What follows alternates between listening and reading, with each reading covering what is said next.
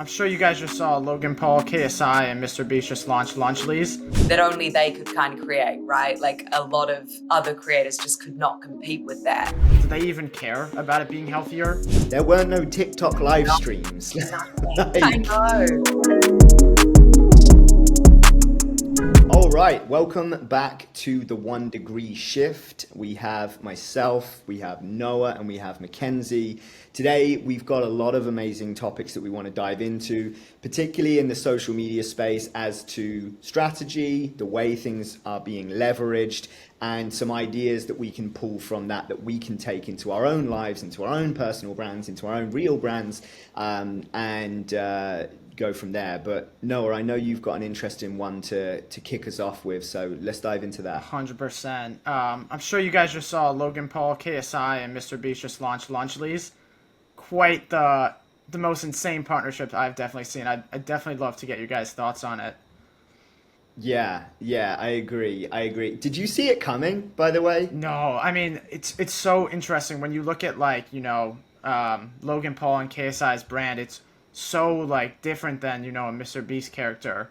It's so true. And I don't know if you noticed, but in one of Mr. Beast's videos, I want to say it was about a month or two ago, Logan, there was loads of top YouTubers in it, right? And Logan got down to like the last 4 or 5 people and it was a challenge. I don't know if you saw it. The way that he got out was kind of like stupid. He basically ran outside the box himself to go and do something that was like reminiscent to him.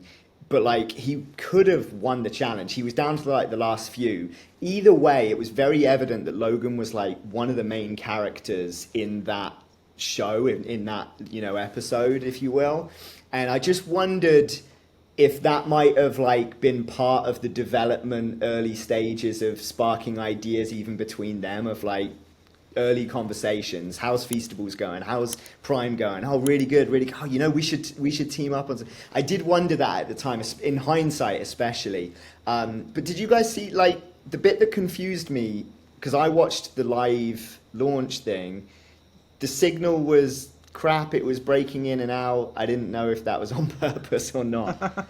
I saw it. It looked like it was filmed in like the 70s or something. I genuinely have no idea if that was on purpose or just one of their, yet another amazing marketing tactics. But Well, I think they came through with the next one, going to the top of like a skyscraper and then, bringing the Lunchly with them. I think that was strong. Obviously, they're bringing in that kind of thrill adventure side that only they could kind of create, right? Like a lot of other creators just could not compete with that. That is what they're known for. Mr. Beast in particular, like going all the frickin' way. And I think also when you think back in the day to even Prime, like KSI and Logan coming together was unexpected. And obviously they saw the power of that, and especially uniting like UK, US audiences and different niches as well. So no doubt they were like, this is going to shock people massively and therefore generate a lot of interest. It's interesting because it's almost like the same way we view Logan Paul, KSI, and Mr. Beast come together. It's the same way we viewed it when Logan and KSI came together to launch Prime. Yeah, I couldn't agree more. The other thing that they've done a really good job with, and though an unexpected partnership, it makes sense in hindsight, because looking at Mr. Beast and how Feastables has gone after Hershey's, we always refer to enemy marketing as like a very interesting marketing tactic, especially when deployed in social media, and then when deployed with a KOL, like an influencer, just to like reinforce the message of like, this product is better than this product. And we've seen them do that both in their individuals, Prime against Gatorade and that kind of competitor, Feastables against Hershey's and that kind of competitor. And then obviously with Lunchly, they came straight after Lunchables in a major way on like video number 2, day 2, just literally stacked like sugar contents, protein, calories. I mean, the question I have, I'm curious what you guys think of it. Like, does that have longevity? Like, or is that just a flash in the pan? I mean, it's interesting. They are obviously they're so tapped into the younger audiences that potentially it does, because if you get them in nice and early and you get them hooked on this product, and then also potentially parents consider the fact that it is slightly better, so they're bought into it, then over time it could just become that standard, unless something else comes along that again competes in some sort of way. But unfortunately or fortunately, they do have some markers they can stand behind. Whether they're 1% better or 20% better is debatable. But there are some fair points that they've, clearly isolated some gaps in some of these products, and filled them to a degree that is kind of like, well, yeah, It's so true, because the interesting part, and I think they've definitely deployed it on this. I don't know enough about Feastables, but I believe stat to stat, if they were stacking it against Hershey's from like a calorie, fat, whatever nutrients and things you're looking at, I believe they have technically got superior stats, if you will. I know that Prime have done the same thing, because they purposefully did the ingredients in a way to be able to say that. And like you said, even if it is just 1% better is still technically better, and you can't dispute or deny that. And at that point, you're no longer just relying on branding. You're no longer just relying on influence. And I think that there's something that has longevity power to that, because you can't take that away. The influencer could go away. The branding could take a knock if someone did something stupid in their personal life or whatever. But you're never going to be able to say, oh, that makes all of a sudden Lunchables leapfrog Lunchly, because when you look at the product, in theory, it still stacks up. That's why I think it's so genius, because a lot of influencers that you see launch brands, especially if they go for like the cliche, like clothing line or something, there's literally no differentiation beyond the fact that it's this person's name attached to it. And sure, okay, if you're a diehard fan, you're going to go and buy it for that reason. But then, like, yeah, what happens if that person comes under controversy or anything similar? It's nothing else, literally nothing else going for the product. You're just putting your name on shit at that point. I also think it's interesting. They're very much leading with, there's obviously the calorie breakdown, right? And then they're also pushing electrolytes, which, like, you don't really think of kids majorly needing like an extra electrolyte boost unless they're training super hard. But also electrolytes is such a broad term in the sense that there's so many vitamins and minerals that can go into that. But when you hear the word electrolytes, you just think instantly positive thing. Whereas like you can actually overdo certain vitamins and minerals. It's not to say that you need all of them or you need additional like surplus amounts of them. So it's interesting to see the way they're kind of pushing that as a, we do this versus other brands don't. But it's like, well, do kids actually need that? Do they actually need more potassium that you're claiming to give? But again, that just marketing twist of, oh, well, this must be a positive. More electrolytes, great. And most people are probably glancing over the question as to whether that's a positive and a necessity. Yeah. I guess what I'm curious about is like, Logan Paul and KSI's their average audience members, I would probably say, super young, 8 years old. Do they even care about it being healthier? Or is that speaking to the parents of those kids when they're releasing those videos? It's a good point. From a psychology standpoint, you're probably touching on all areas here.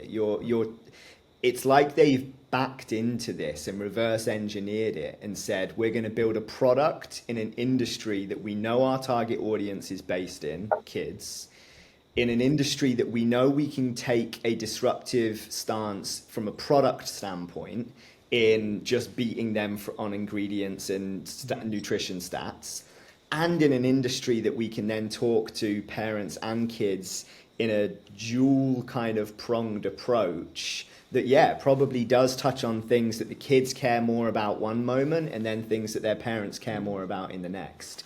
And I mean, it's almost like a surefire win. Like you almost can't lose at that point. I think it's genius. Does that become the next framework for every influencer when launching a brand to attack it on that level? In theory, it should be. What's going to be really interesting, because Nelk Boys did a great job with Happy Dad, but prior to that, not many people remember they tried to go the supplement route. And I don't even know what happened to that. I assume it just didn't take off because it's not being pushed anymore. Either that or Happy Dad was such a success that it just didn't make sense anymore. But it's going to be interesting, and it already is, to find those case studies, because there is a difference between in my opinion, there is a difference between a Kylie Cosmetics and a Mr. Beast Lunchly or Feastables. And the main reason that I say that is because I do think that though you could consider a Logan Paul, especially with WWE, and Mr. Beast just with his sheer scale, and KSI, celebrities, but I still think most people would put them as YouTubers or influencers. Whereas when you look at like a Kylie or a Kim or Rihanna, who went and launched Savage Fenty and that sort of, like, these are celebrities. You don't think, oh, Instagram, even though they're massive on Instagram, you're thinking like A-list celebrity status. And so you also have to take that sort of thing into consideration when you're looking at each of these examples as like case studies, because Danny Duncan's just done his Matador energy drink. I have no idea if it's successful or not. There's going to be so many examples like that coming out now that will be really interesting to watch. I do think the ones that have gone the route that we just described with Lunchly, of actually thinking about reverse engineering the product to stand on its own, are probably going to win in the long run. 100%. I mean, we've even seen it. Ryan Trahan launching Joyride Candy, same way it was advertised, lower in sugar and a healthier alternative in the candy section. Yeah. So. Well, I guess it makes sense when you think about there being a different buyer versus consumer in this sense. Like, they have to be meeting the needs of both.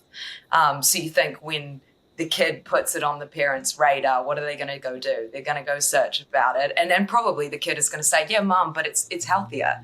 And then they'll look into it, and it's like, even a parent, what are they looking for when they look for a product like that? Peace of mind, right? Because it's like, okay, well, I might not have time to put this lunch pack together, but I want something that still makes me feel good about what I'm doing for my kid. I imagine. I don't have kids myself, but I can assume that is their psychology. So then when you go, okay, it is healthier, the stats are there, I can feel good about that decision as a parent. Yeah, no, it's so true. That's the genius of it. And then you couple that with the fact that I don't even know offhand, but hundreds of millions of subscribers across those three key influencers that are running it, the heads of the brand, between KSI, Logan, and Mr. Beast. That's an insane amount of visibility. So it's going to be one to watch. It's going to be very, very interesting. A lot of people are saying Prime is on its way down and all the rest of it, but I mean, it's in every store I walk into. I'm sure it's not as popular as the launch day, right? I appreciate a lot of those things have huge spikes of hype, and I'm sure they come down in some way and plateau somewhere stable. But I'm pretty sure it's up there now and solidified as a staple drink. I don't think it's going anywhere. So it will be very interesting to watch. Yeah, I wonder if Lunchly will have the same kind of social status marker in schools as Prime did, probably at least several months ago, because that is such a keen age for that kind of dynamic, isn't it? Of like, what do you have? Even just having a bag of chips back in the day was like, oh shit, okay, you're somebody now. I want to be friends with you. And obviously that is such a vulnerable stage for kids, that having that it thing is so important. So they're smart to capitalize on that. Yeah, I mean, it is. It's very smart. All right, cool. Well, did you guys see, I don't know if you'll have watched this. It either happened earlier today, it might have even happened yesterday. Obviously, there's a really nice like charitable component to this one, because they basically brought in a college student to take a kick with the American football to see if they can kick it through the goal. He gets 2 attempts, right, to get it through the goalposts. And the first one he actually misses. And so, but they're all fixated on the fact that this kid, A, looks like he isn't going to have a shot. B, turns up in some what looks like 10-year-old Vans with no laces. I think they're expecting like someone to come up with like some cleats, like some like football boots, ready to just like laced up and ready to go. And but after he does the first kick, though he misses, it was still a good kick. And so Pat, the main host, and the guy that's holding the ball, they're like, you could see it pique their interest after the first one. Everyone, there's hordes of students looking. Everyone's obviously cheering him on. There's cheerleaders and everything. And we'll throw it up on the screen. But he does the first one, misses the ball, so he's obviously disappointed. He would have won 70 grand cash or $75,000 cash for himself if he got that first one through. The second one, though, they raise the stakes because they realize that there's actually a shot that this kid now has at doing it. And so if he gets the second ball through, he's going to get $100,000 cash himself. And then they raise the charity donation to $600,000, I think, in addition, if he gets the second ball through. So there's a lot riding on it. And like, you can't help but be like drawn in. Everyone's cheering, and he kicks the second one, it goes through, and everyone just loses their minds. For me, it's my favorite video I see on Instagram today. But it's got everything that you want out of a video, because it's got a cool story. It's got the underdog, who everybody, yourself included, is like, no shot, this guy's not going to get it. And you always want the underdog to win, and he does win. So you get this amazing payoff. Like, I was literally thinking about it from a social distribution cycle, because I shared it. I shared it to like 3, 4, 5 friends immediately. Because when I'm looking at things, what do I want to send to my friends? It's kind of like, it's got to have certain things. It's got to be funny, or maybe it's an inside joke that me and certain friends have, or it's inspirational or aspirational, whatever. But it's got to check certain boxes, right? And this just checked everything. So for me, I'm like, this thing's going to get shared insanely, but it's also an opportunity, because then I'm going in my mind and I'm like, if I'm Vans, if I am the social media manager or the agency for Vans right now, I'm already thinking of taglines. I'm already coming up with, doesn't even matter if it's your 10-year-old Van Chucks, we still got it. Like, whatever, you know what I mean? You can just think of all the, if I'm Vans, I'm already putting posters up around LA, like of association. I don't know if you guys remember the Damn Daniel meme from like a couple years ago. Damn Daniel. And I swear he turns up in some fresh white Vans or something. And so even in this video, the Pat's like, damn Daniel, damn Daniel. So I'd be playing into that if I'm this Daniel kid. The university, There's so much or nostalgia to that as well, isn't there? oh my goodness, People it's love anything that takes you back and just feels like yes, we're going back to our roots. People love yeah. that. Another very There's shareable picture. 100%. There's so many levels to how this could go. I was even thinking, like, if I'm Daniel in this scenario, not only am I plastering this everywhere and getting tagged and reaching out and saying, this is me, this is that, trying to do press stuff and what have you, I'm already thinking I'm about to launch the Damn Daniel podcast, and just go down the list of all the things that he could do and leverage it. The university and the college can leverage the hell out of this. There's so much opportunity. And what it then took me to is like those viral moments that just create such opportunity. It's down to the person or the people involved to then leverage it. And I mean, that just segues into Hawk Tour, right? Like, just classic moment in history online of just absolute virality. She could have just faded into the distance and nobody ever heard anything further. Or she could launch a podcast, go on a podcast tour, start doing appearances at Morgan Wallace's concert.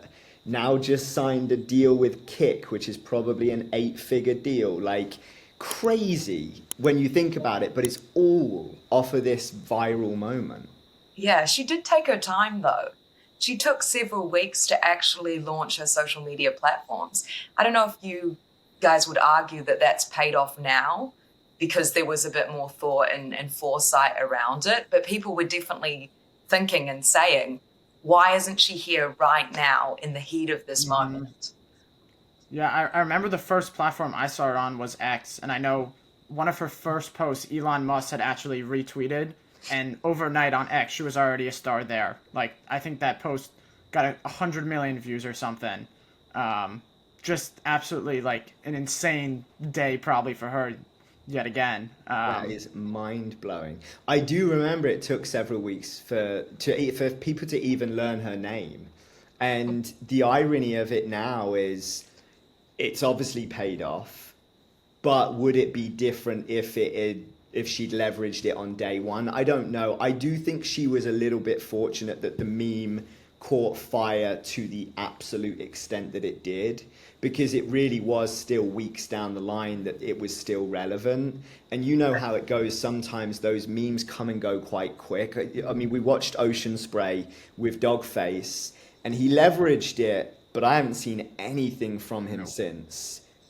I don't know if you guys have. I know he had the sponsorship with Ocean Spray, and I'm sure he got paid a little bit out of that, but I haven't seen a single thing since then. Yeah, I think what's interesting is social media has changed a lot back then too. Like looking at TikTok now, we're in like this clipping stage. Every person is clipping content and repurposing it and posting it on their page. And Haley Welch just happened to be an amazing spot where she's had this viral moment, and now everyone's posting her content and earning money off posting that content on TikTok. Um, That's so true. I think people Yeah, are it's also true. quite innately curious about that transition now because it's happened several times. And obviously, there's now not necessarily a formula, but people are always quite intrigued as to whether somebody will do something or won't. And so there's just that I'm going to watch on just to see, and It's especially true. because she was quite rapid and I'm going to move to LA, like some bold moves there. And I guess some people, unfortunately, watching and probably preying a bit on her downfall and being like, hun, you've jumped in too quick. This doesn't mean you're all that. But she obviously has so far proven them a bit wrong because she Yeah. is still kind of permeating the landscape, doing some pretty incredible partnerships, leveraging some major deals. So so far so good for her. I will say this, and I suspect this also plays into why it took her several weeks to actually start doing anything about it. I'll be willing to bet, and I might be biased because we do this with talent as well as a management company. I'll be willing to bet that she's now since gotten surrounded by some pretty smart strategists and talent managers that have actually been able to bring that to light, because I suspect in the early days, especially if you're someone that isn't exposed to this world, not to the degree of like real strategy. I remember before people even knew her name was Haley Welch, that I was seeing these posts saying like, oh, get the Hawk Tour official merchandise that she's launched. And that's such like the most basic bullshit, like flash in a pan way to capitalize on something like that has no longevity. No one's buying a Hop Tour t-shirt and then 3 months later getting the hoodie and then the next cap that comes out and then the next drop. It's just like some people might buy it as a meme and that's that, and you don't even know if it's legitimately from her or if someone else has just slapped it on a t-shirt, which is probably the case anyway.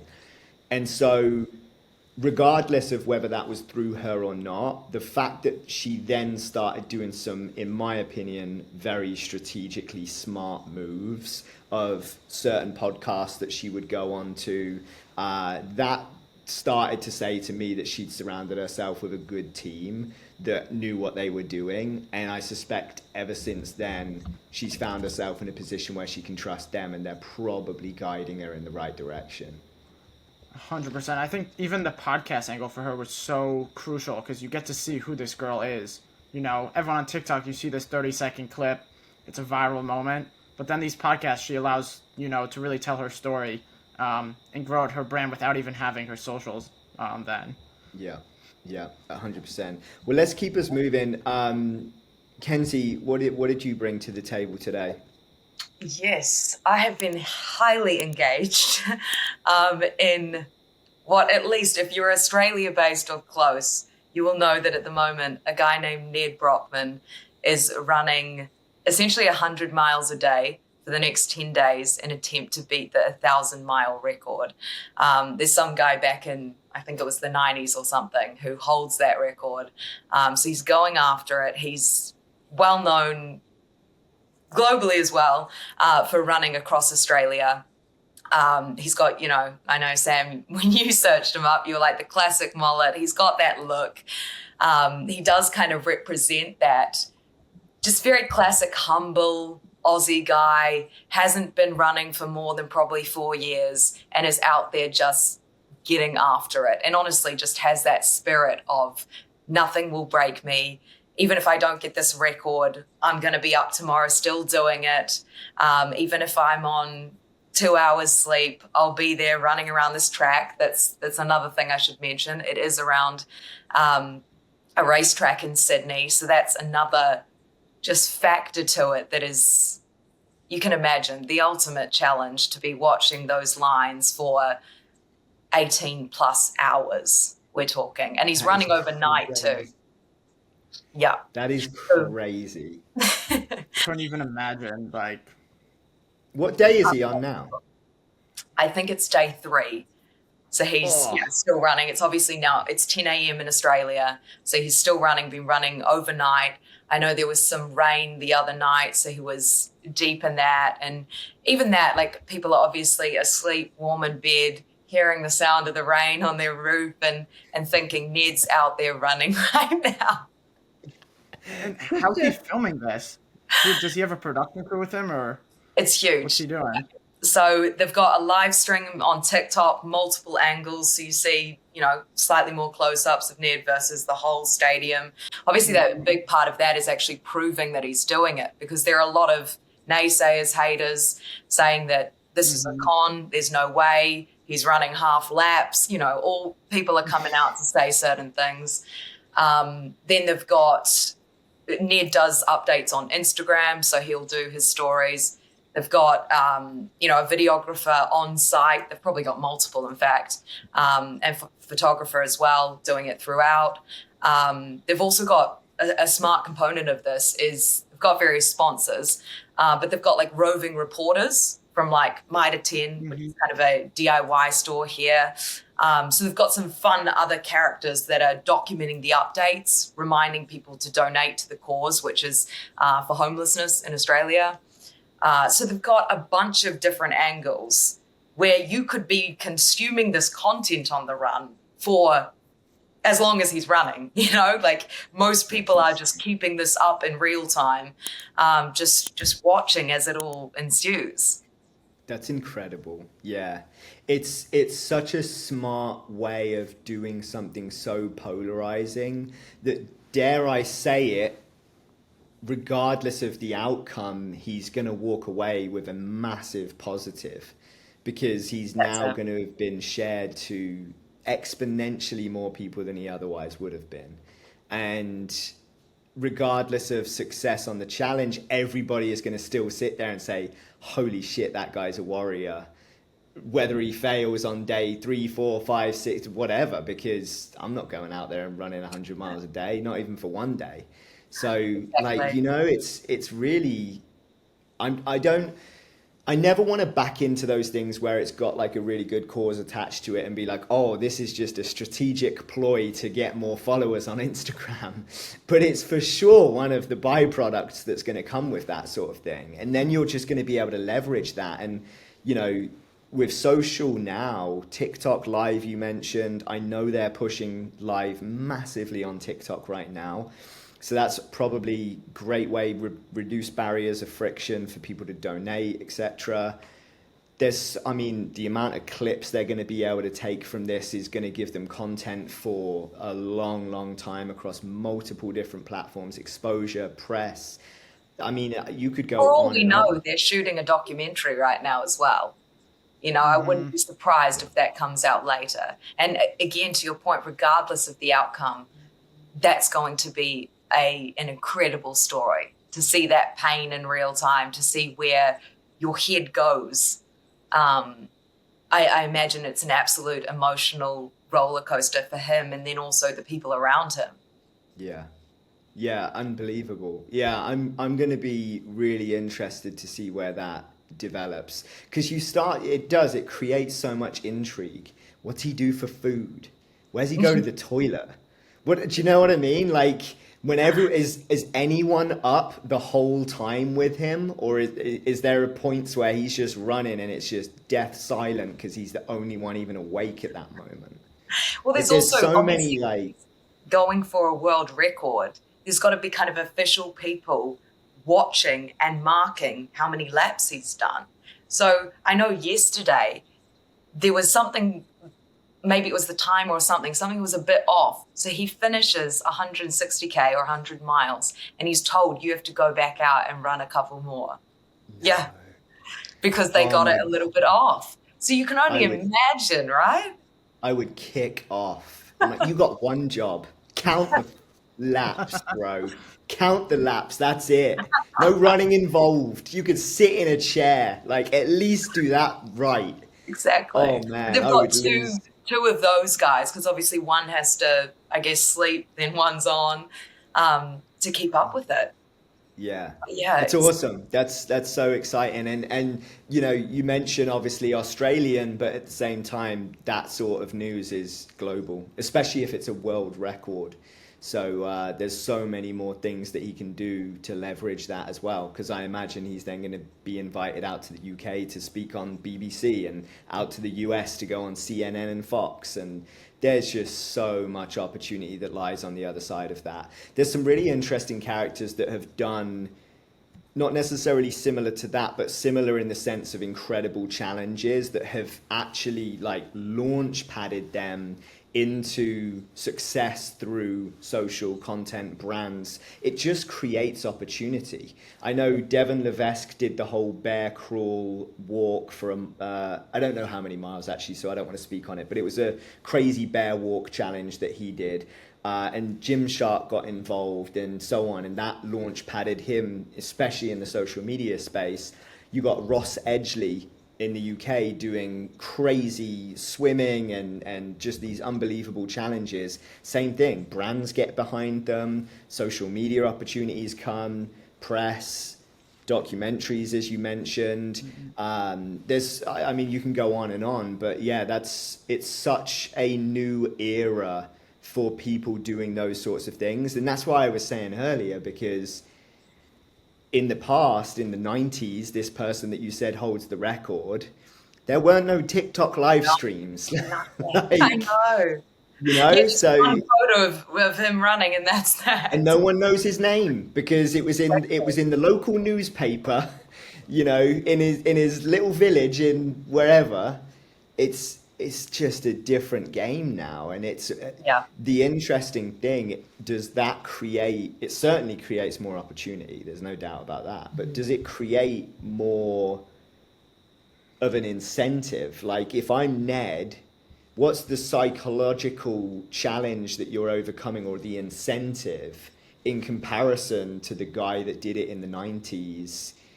That just did it in the 90s. Like, I don't know, maybe Ned's just doing it because he's that guy and he's like, I just want to break world records, I don't care if people know about it or not. Or is it like, yo, at the end of this, if I do this, then I get XYZ? Well, I think I've no he idea if that understands comes that each major event it's a spectacle, and therefore it brings that light to homelessness. And that's the same mission he stood behind when he did his run across Australia. And That's so amazing. I think it's like, yeah, he knows that people will watch and engage with that. And especially when it's over that duration, it's enough time to create enough momentum that people will continue to donate, obviously bring in sponsors that way. So it's like, yeah, doing all of that is not only going to create a platform for you in a career, but also allow you to continue to actually have that impact. If that is your main kind of brand mission, you could say, to help homelessness, well, doing these events is part of it, right? And I think that's why his plan is to do something big every several years. enough not to hopefully break your body entirely, but to continue to, generate those funds and have that impact on homelessness, which is nice to see, of course. I love What's it. really interesting like this is we've already seen some like established creators then go and sponsor just regular or crazy people to go do crazy things for them. I'm not sure if you guys are familiar with Project Iceman by Yes Theory. Have you guys seen that? No. I know Um, Yes Theory, but I haven't seen this. yeah, basically they sponsored a guy. I believe his name is like Anders Hoffman, and he had this crazy goal of doing a triathlon across Antarctica. And I guess somehow Yes Theory and him had gotten connected, and they had the vision, and they a couple months later they put together a 2 hour long episode on YouTube. It was very similar to this, That's Yeah. sick. sharing his whole journey. I love when these people do get the right strategists behind them because, for example, like obviously I've been watching this, but I know in the end of every post at the moment, Ned's putting get comfortable being uncomfortable. And we're so familiar with the importance of a tagline and a call to action that tells me how to go integrate this into my life. So today, what am I going to do? I'm not going to run 160K, but I'll do my version of uncomfortable. And then at the end of October as well, he's set a challenge where anybody can engage for a week or 10 days with their own version of uncomfortable, whether that is running their own distance each day, I don't know, putting out the bins, just something that is like that you hold resistance against. And then it's like, okay, when I think of Ned Brockman, I think of something now and I think of something tangible. And that's really powerful because you can keep coming back to that years and years down the line and build on that, right? It's a memory structure, which is what we create for all of our personal brands. That's like the first thing we speak about is what are you going to be known for? How are you going to get your audience involved so you can actually deepen that emotional connection? Because it's great to have this, classic Aussie bloke does amazing thing story. But at the end of the day, we're all kind of selfish consumers. It's like, what does it mean to me then? How does it impact my life beyond me watching you once and going about my day? And then it does generate that love and that devotion of, hey, Ned, you changed my life because I was able to take your message and apply it and go on to do great things. And that's where it works back the other way, and the memory structures benefit him and his brand, because at the end of the day, you get that association, but you also get the association that anytime you do something uncomfortable, you think of Ned. And it doesn't just Absolutely. go, I'm thinking of Ned, I need to do something uncomfortable. It becomes, I'm doing something uncomfortable, I'm now thinking of Ned. And so it creates and deepens that relationship, like you said. Which once again opens additional opportunities. And it's amazing. It's the definition of the world we live in right now when leveraged effectively and in a good way. I think that's awesome. And in this instance, a really, really cool one because it's also for such a great cause. So that's amazing. Love to see it. Well, awesome, guys. I think we should wrap this up. We've obviously got a lot of great stuff in there. It's been a fun episode, actually, breaking down some things. I'm going to be interested to see what the heck goes on with Lunchly. I'm going to be interested to see where Damn Daniel ends up. And let's see if Ned breaks this world record in the next few days. This has all been great. I got one thing for both of you guys. This podcast is called 1 Degree Shift.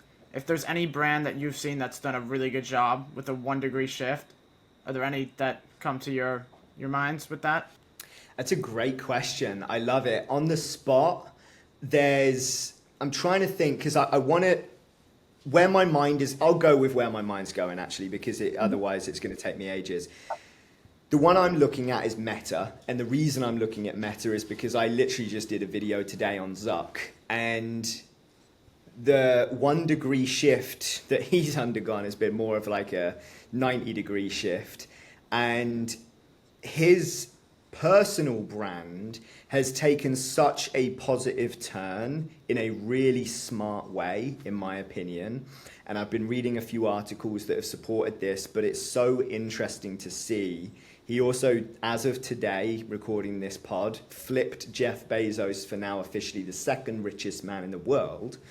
Not saying it's just because of the personal branding, but part of this shift from geeky, unapproachable lizard man to cool tech CEO is what that also does is creates a knock-on effect for Meta at large as an innovative, welcoming, humanized, fun brand.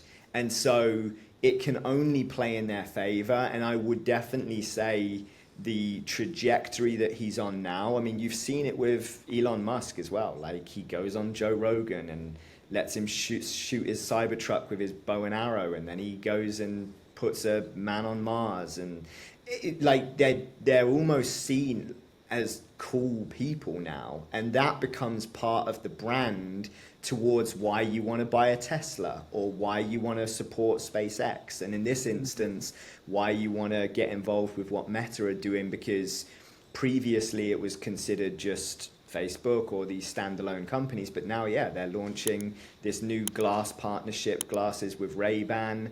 Their product offering is expanding. There's way more ways to engage with Meta at large, and it can only do you good if your CEO is someone that people are like, this guy's cool. He's going to UFC now. Like, I can get behind this. This is cool. There's an association. So I think his team, himself, whoever's come up with this strategy of shifting his personal brand into a much, much more relatable and cooler narrative, has made some pretty smart moves, in my opinion. I love that. Yeah, even you mentioning UFC, like Dana White has done a phenomenal job in that regard as well. Dana is the reason a lot of people love UFC to the extent that they do, me included. I watch 40 minutes of press conference pre and post fight just to hear what Dana's got to say, not just about what happened in the UFC, but just to hear him shit talking Oscar De La Hoya or shit talking the next, like the guy at MGM who screwed him over, so he had to go and do the Sphere. And like, I'm attached to Dana's brand at this point. I just got my cold plunge fitted, you know, probably because of him. I didn't even know it until now. So it's a great point. Is it my turn? What about you, Katie? Yeah, I was just thinking the same, or a similar through line to the way, you know, when two things come together, the values of that thing can transcend to something else. And when you asked that, Noah, my first thought was, I've watched various like Gap campaigns come out recently. I've talked to you about this, Sam, as well. And they've recognized, I guess, the power of music, and the way, in particular, music can be really nostalgic. It can take us back to a certain place emotionally.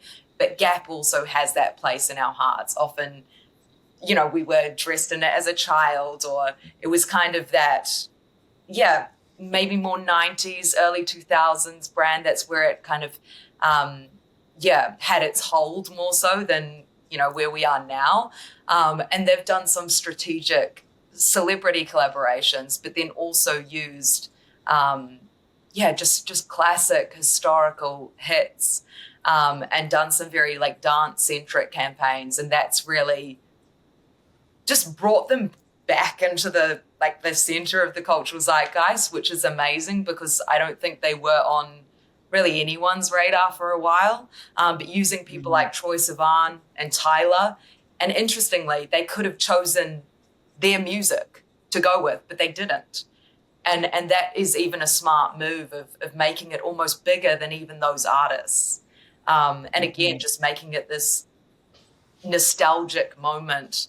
I mean, we spoke about it earlier in the music video. In the podcast, that makes people feel something and want to share it and want to get involved.